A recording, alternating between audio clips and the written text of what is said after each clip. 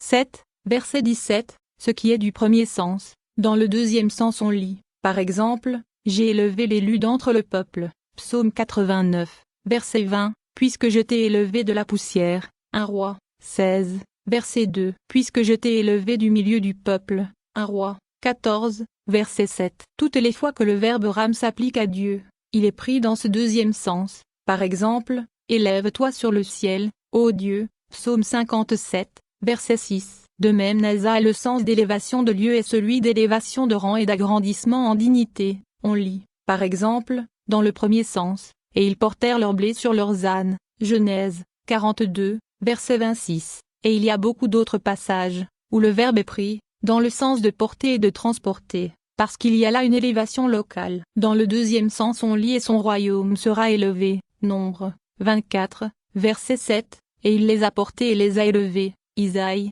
63, verset 9. Et pourquoi vous élevez-vous? Nombre 16, verset 5. Toutes les fois que le verbe nasa se trouve appliqué à Dieu, il est pris dans ce dernier sens. Par exemple, élève-toi ô juge de la terre. Psaume 94, verset 2. Ainsi a dit celui qui est haut et élevé. Isaïe 57, verset 15, où il s'agit d'élévation, de majesté et de puissance, et non de hauteur locale. Peut-être trouveras-tu une difficulté dans ce que je dis élévation de rang, de majesté et de puissance. Comment, me diras-tu, peux-tu rattacher plusieurs idées à un seul et même sens? Mais on t'expliquera, plus loin, que Dieu, le Très-Haut, pour les hommes parfaits qui saisissent son être, ne saurait être qualifié par plusieurs attributs, et que tous ces nombreux attributs qui indiquent la glorification, la puissance, le pouvoir, la perfection, la bonté, etc., reviennent tous à une seule chose, et cette chose c'est l'essence divine, et non pas quelque chose qui serait hors de cette essence. Tu auras plus loin des chapitres sur les noms et les attributs de Dieu. Le but du présent chapitre est uniquement de montrer que les mots ram et nissa, appliqués à Dieu, doivent être entendus dans le sens, non pas d'une élévation locale, mais d'une élévation de rang. Chapitre 21.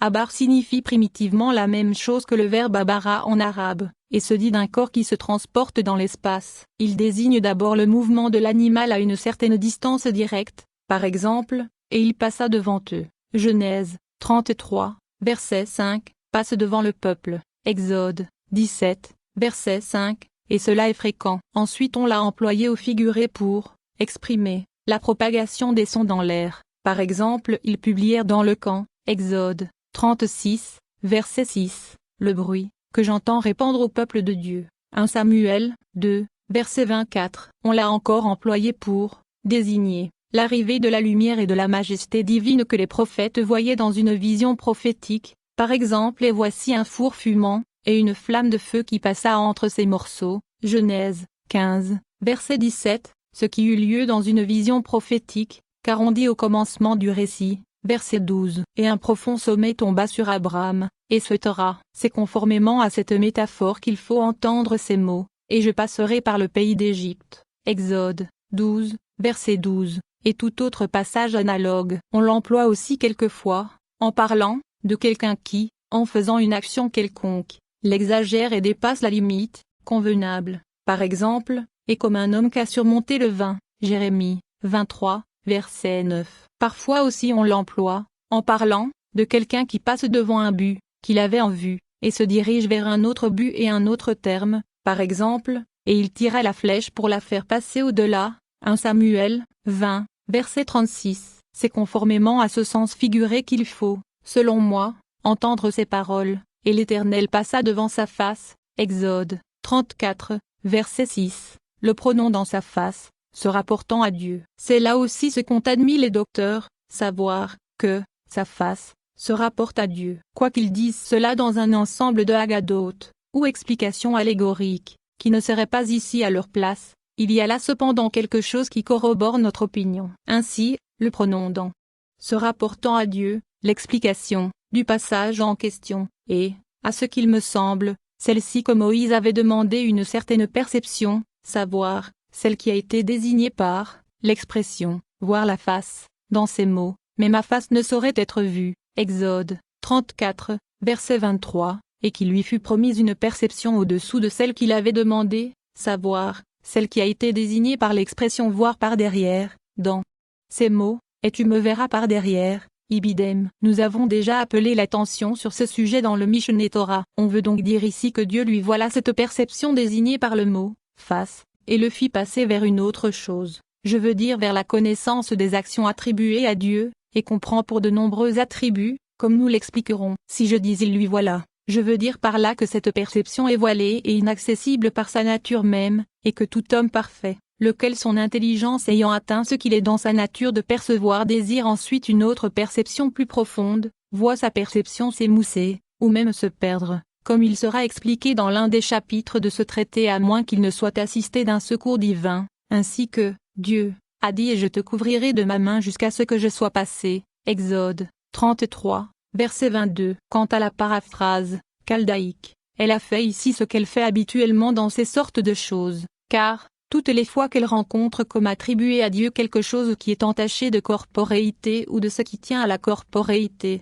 elle suppose l'omission de l'annexe, et attribue la relation à quelque chose de sous-entendu qui est l'annexe, du nom, de Dieu. Ainsi, par exemple, le paraphraste rend les mots, et voici l'Éternel se tenant au-dessus, Genèse 28, verset 15, par ceci, et voici la gloire de l'Éternel se tenant prête au-dessus les mots, que l'Éternel regarde entre moi et toi, Genèse 31, verset 49, il les rend par ceci, que le Verbe de l'Éternel regarde. C'est ainsi qu'il procède continuellement dans son explication, et il en a fait de même dans ces mots et l'Éternel passa devant sa face, en traduisant, et l'Éternel fit passer sa majesté devant sa face, et cria, de sorte que la chose qui passa était sans doute, selon lui, quelque chose de créé. Le pronom dans sa face, il le rapporte à Moïse, notre maître, de sorte que les mots, devant sa face, signifient en sa présence, ou devant lui, comme dans ce passage, et le présent passa devant sa face, Genèse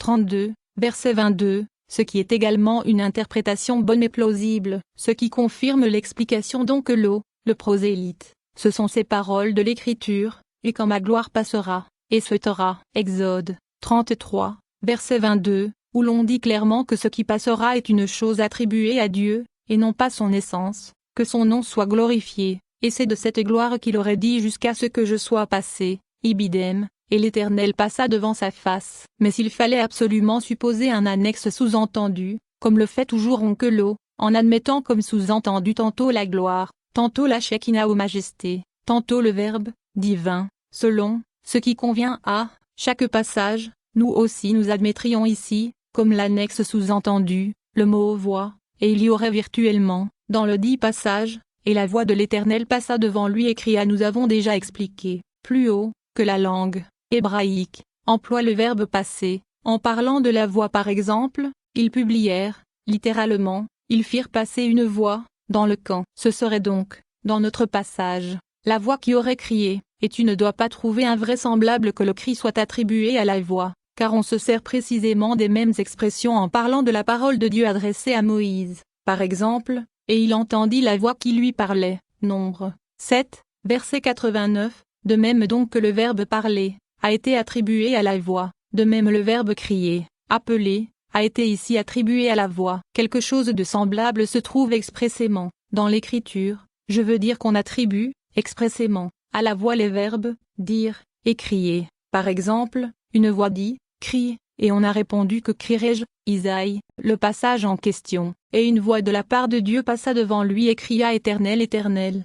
Et souhaitera, la répétition du mot éternel est pour, fortifier, le vocatif, Dieu étant celui à qui s'adresse l'appel, comme, on trouve ailleurs, Moïse, Moïse. Abraham, Abraham. C'est là également une interprétation très bonne. Tu ne trouveras pas étrange qu'un sujet aussi profond et aussi difficile à saisir soit susceptible de tant d'interprétations différentes, car cela n'a aucun inconvénient pour ce qui nous occupe ici. Tu es donc libre de choisir telle opinion que tu voudras, tu admettras, ou bien que toute cette scène imposante était indubitablement une vision prophétique, et que tous les efforts de Moïse tendaient à des perceptions intellectuelles, de sorte que, ce qu'il chercha, ce qui lui fut refusé et ce qu'il perçut, était tout également intellectuel, sans l'intervention d'aucun sens, comme nous l'avons interprété dans le principe, ou bien qu'il y avait là en même temps une perception au moyen du sens de la vue, mais qui avait pour objet une chose créée, par la vue de laquelle s'obtenait le perfectionnement de la perception intellectuelle, comme l'a interprété Onkelot,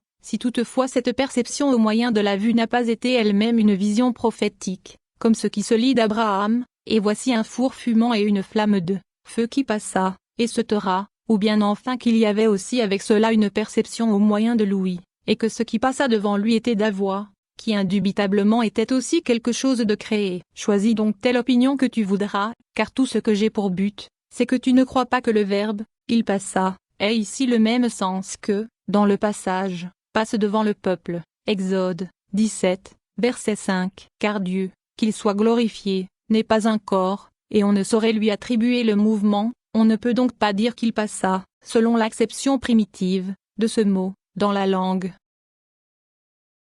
Chapitre 22. Le verbe bas dans la langue hébraïque signifie venir, se disant de l'animal qui s'avance vers un endroit quelconque ou vers un autre individu. Par exemple, ton frère est venu avec ruse. Genèse 27, verset 55. Il s'applique aussi à l'entrée de l'animal dans un lieu. Par exemple, et Joseph entra dans la maison. Ibidem 43, verset 26. Lorsque vous entrerez dans le pays. Exode 12. Verset 25. Mais ce verbe a été aussi employé métaphoriquement pour désigner l'arrivée d'une chose qui n'est point un corps, par exemple, afin que, lorsqu'arrivera ce que tu as dit, nous puissions t'honorer. Juge 13, verset 17, des choses qui t'arriveront. Isaïe 47, verset 13, et on est allé jusqu'à l'employer en parlant de certaines privations, par exemple, il est arrivé du mal. Job 30, verset 26, l'obscurité est arrivée. Ibidem, et, selon cette métaphore par laquelle le verbe en question, a été appliqué à quelque chose qui n'est point un corps, on l'a aussi employé en parlant du Créateur, qu'il soit glorifié, soit pour désigner l'arrivée de sa parole ou l'apparition de sa majesté. Conformément à cette métaphore, il a été dit, voici, je viens vers toi dans un épais nuage. Exode 19, verset 9. Car l'Éternel, le Dieu d'Israël entre par là. Ézéchiel 44, verset 2, et dans tous les passages semblables on désigne l'arrivée de sa majesté. Dans le passage, et l'Éternel, mon Dieu, arrivera, tous les saints seront avec toi. Zacharie 14, verset 5, on désigne l'arrivée de sa parole ou la confirmation des promesses qu'il a faites par ses prophètes, et c'est là ce qu'il exprime par les mots, tous les saints seront avec toi. C'est comme s'il disait alors arrivera, s'accomplira, la promesse de l'Éternel, mon Dieu, faite par tous les saints qui sont avec toi, en adressant la parole à Israël. Chapitre 23. Le verbe yassa est opposé au verbe ba. On a employé ce verbe, en parlant d'un corps sortant d'un lieu où il était établi, pour aller vers un autre lieu, que ce corps soit un être animé ou inanimé. Par exemple, ils étaient sortis de la ville. Genèse 44, verset 4, lorsqu'il sortira un feu. Exode 22, verset 6. Mais on l'a employé métaphoriquement, en parlant de l'apparition d'une chose qui n'est point un corps. Par exemple, dès que la parole fut sortie de la bouche du roi. St. 7, verset 8, car l'affaire de la reine sortira. Ibidem 1, verset 17, c'est-à-dire la chose se divulguera, car de Sion sortira la loi. Isaïe 2, verset 3. De même, dans ce passage, le soleil sortit sur la terre. Genèse 19, verset 25, où l'on veut parler de l'apparition de la lumière. C'est dans ce sens métaphorique que le verbe yassa doit être pris toutes les fois qu'il est attribué à Dieu. Par exemple, voici l'Éternel va sortir de son lieu.